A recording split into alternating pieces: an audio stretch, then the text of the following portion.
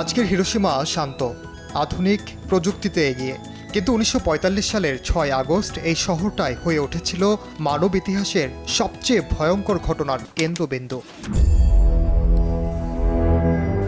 A short time ago, an American airplane dropped one bomb on Hiroshima.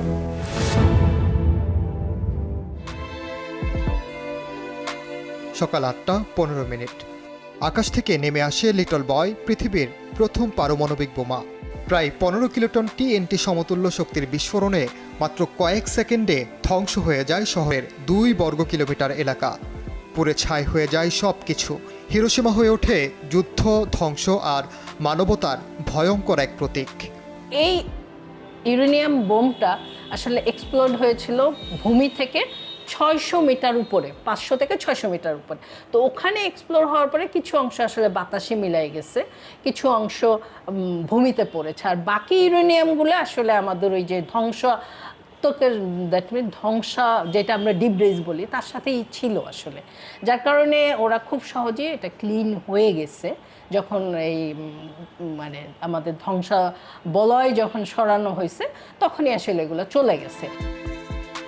Little boy বোমাটিতে ব্যবহার করা হয়েছিল প্রায় 64 KG uranium 235। এর বিস্ফোরণ শক্তি প্রায় 15 কিলোটন TNT সমতুল্য। দৈর্ঘ্য ছিল 10 ফুট, ব্যাস 2.3 ফুট, আর বোমাটির ওজন প্রায় 4400 কেজি। পারমাণবিক শক্তি আসলে দুইভাবে কাজ করে, একটা হচ্ছে ফিশন আর একটা হচ্ছে ফিউশন। ফিউশন আসলে আর্থে আপাতত কোনো ফিউশন রিঅ্যাক্টর নাই, সান হচ্ছে তার গ্রেট এক্সাম্পল। বাট আমাদের আর্থে, আমাদের পৃথিবীতে যত ধরনের পারমাণবিক শক্তি ইউজ হচ্ছে সবই হচ্ছে ফিশন। ফিশন প্রসেসটা হচ্ছে যখন একটা মানে হেভিয়ার অ্যাটম, ভারী পরমাণুকে নিউটন দিয়ে যখন আঘাত করে, তখন এটা দুইটা ভাগে ভাগ হয়ে যায়, তখন শক্তি নির্গত হয়, সাথে নিউটনও পায়, যে নিউটন পরবর্তীতে চেইন রিঅ্যাকশন করে, দ্যাট মিনস আর একটা হেভি অ্যাটমকে আঘাত করে এবং এনার্জি রিলিজ করে। এবং প্রতিটা ফিশন থেকে অন অ্যাভারেজে আমরা প্রায় 200 mega electron volt energy pi. That is the huge amount of energy. এটা যদি অন্য কোনো সোর্সের সাথে কম্পেয়ার করেন, লাইক আমরা যেমন ইলেকট্রিসিটি প্রডিউস করছি, গ্যাস, কয়লা, এটার তুলনায় কোটি কোটি গুণ বেশি।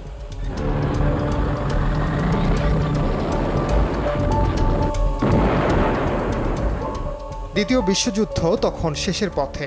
ইউরোপের নাৎসি জার্মানি আত্মসমর্পণ করেছে, কিন্তু প্রশান্ত মহাসাগরীয় যুদ্ধ চালিয়ে যাচ্ছে জাপান।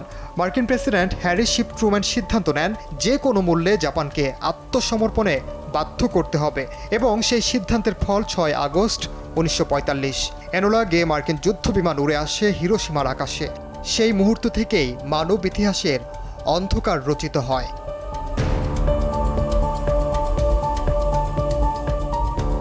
6 আগস্ট সকাল 8:15। কেউ কাজে যাচ্ছিল, কেউ ঘুমাচ্ছিল, শিশুরা স্কুলের পথে। ঠিক তখনই বিস্ফোরিত হয় লিটল বয়। মাত্র এক ঝলকে প্রাণ হারায় প্রায় 70,000 মানুষ। বাকি শহর আগুনে ঝলসে যাওয়া, বিকিরণে দগ্ধ। যারা বেঁচে ছিলেন তারাও চিরতরে পোড়া দাগ বয়ে বেরিয়েছেন শরীর আর মনে। যখন এই 700 গ্রাম ইউরেনিয়াম ফিশন করেছে বা 1 কেজি প্লুটোনিয়াম ফিশন করেছে, তখন huge amount of energy produce হয়েছে, রেডিয়েশন রিলিজ হয়েছে, নিউট্রন প্রডিউস হয়েছে। এটার দ্বারা যারা ইমিডিয়েটলি এক্সপোজ হয়েছে, তারা ইমিডিয়েটলি তারা মারা গেছে।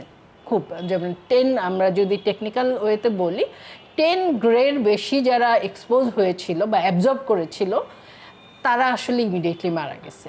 কিন্তু এর চেয়ে কম যারা অ্যাবজর্ব করেছে, তারা দেখা গেছে 1 বছর, 1 মাস, 10 বছর পরে তারা আসলে এটার ইফেক্ট তাদের শরীরে দেখা দিয়েছে এবং তারা আস্তে আস্তে মারা গেছে। এছাড়াও যেটা হয়েছে, আরও কিছু প্রবলেম হয় যেটা লং টার্ম বলি, সেটা হচ্ছে যেমন এই জেনারেশনে বোঝা যাচ্ছে না, কিন্তু পরবর্তী জেনারেশনে আসলে সেটার ইম্প্যাক্টটা আসে, কারণ এই রেডিয়েশন আমাদের শরীরে যাওয়ার ফলে ডিএনএর ক্ষতি করে। আমরা জানি ডিএনএ ক্যারি করে, নেক্সট জেনারেশন আমার ডিএনএ দিয়ে নেক্সট জেনারেশন আসছে।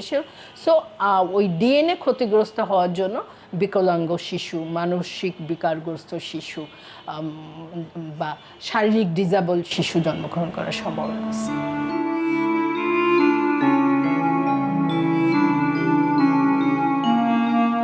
বিস্ফোরণের তাপে তৈরি হয়েছিল সূর্যের কেন্দ্রের মতো তাপমাত্রা। যারা কাছাকাছি ছিলেন তাদের ছায়া পাথরে গেঁথে গিয়েছিল স্থায়ী দাগ হয়ে। তারপর আসে বিকিরণ। পরবর্তী মাসগুলোয় মৃত্যু হয় আরও হাজারো মানুষের। কেউ ক্যান্সার, কেউ অজানা অসুখ, আবার কারো মানসিক ট্রমায় মৃত্যু হয়। আমি স্কুলে যাচ্ছিলাম, হঠাৎ আলো, তারপর বিস্ফোরণ। চোখ খুলতেই দেখলাম আমার শহর আর নেই। আমার ছোট ভাইটা বোমা বিস্ফোরণের সময় মারা যায়। মা তাকে বুকে জড়িয়ে বসেছিলেন অনেকক্ষণ, চুপচাপ। এখনো স্বপ্নে দেখি ও হাঁটছে, বলছে, দিদি চলো খেলি।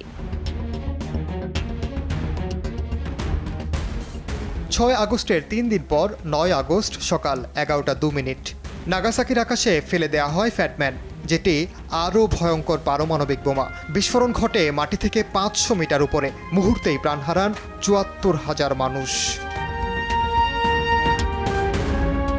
ফ্যাটম্যান বোমায় ব্যবহার করা হয়েছিল প্রায় 6.2 কেজি প্লুটোনিয়াম 239।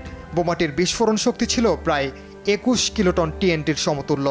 দৈর্ঘ্য 10.7 ফুট আর ফ্যাটম্যানের ব্যাস 5 ফুট। ফ্যাটম্যানের ওজন ছিল 4,670 কেজি।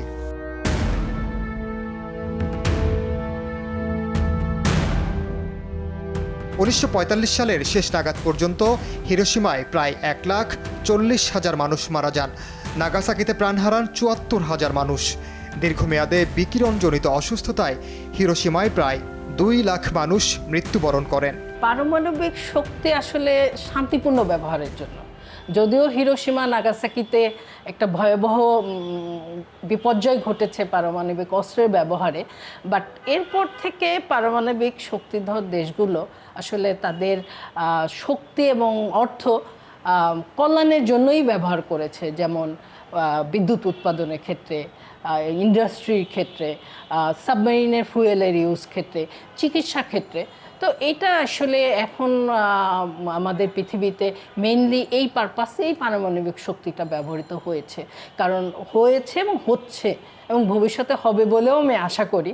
কারণ হিরোশিমা নাগাসাকির পরে আর আসলে কখনোই নেগেটিভ পারপাসে, খারাপ পারপাসে, ডিস্ট্রয়ের পারপাসে পারমাণবিক শক্তি ব্যবহার হয়নি।